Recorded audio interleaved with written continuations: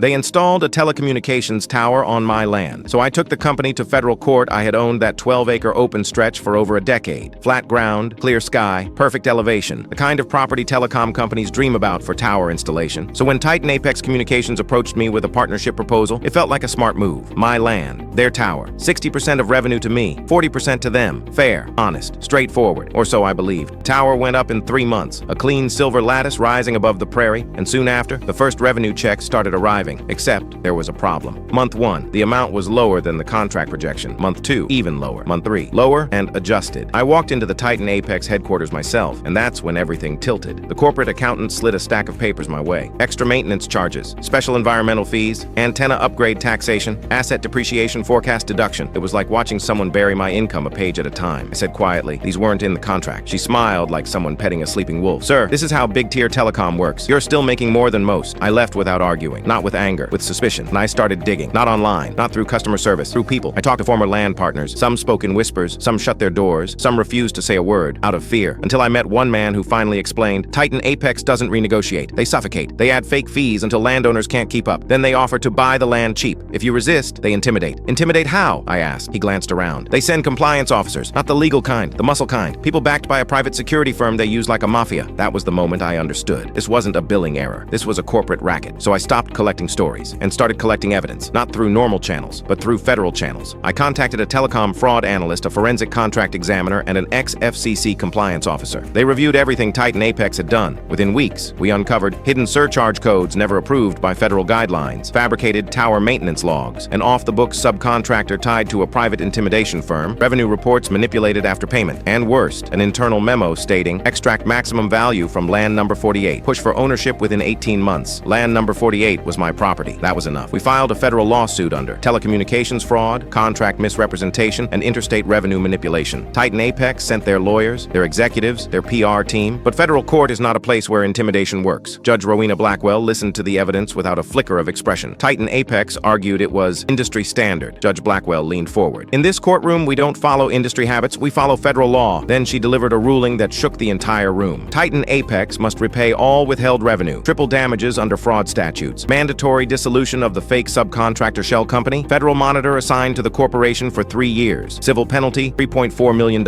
and full ownership of the tower returned to me, free of all corporate claims. Victor Hale didn't look powerful anymore. He looked cornered. Today, the tower still stands, not as Titan Apex's asset, but as my monthly income pillar. People say big corporations only care about numbers, but they forget one thing. Landowners have numbers too. Coordinates, deeds, contracts, and rights. Should Titan Apex have been fined more? Tell me in the comments. Like, share, and subscribe for more stories.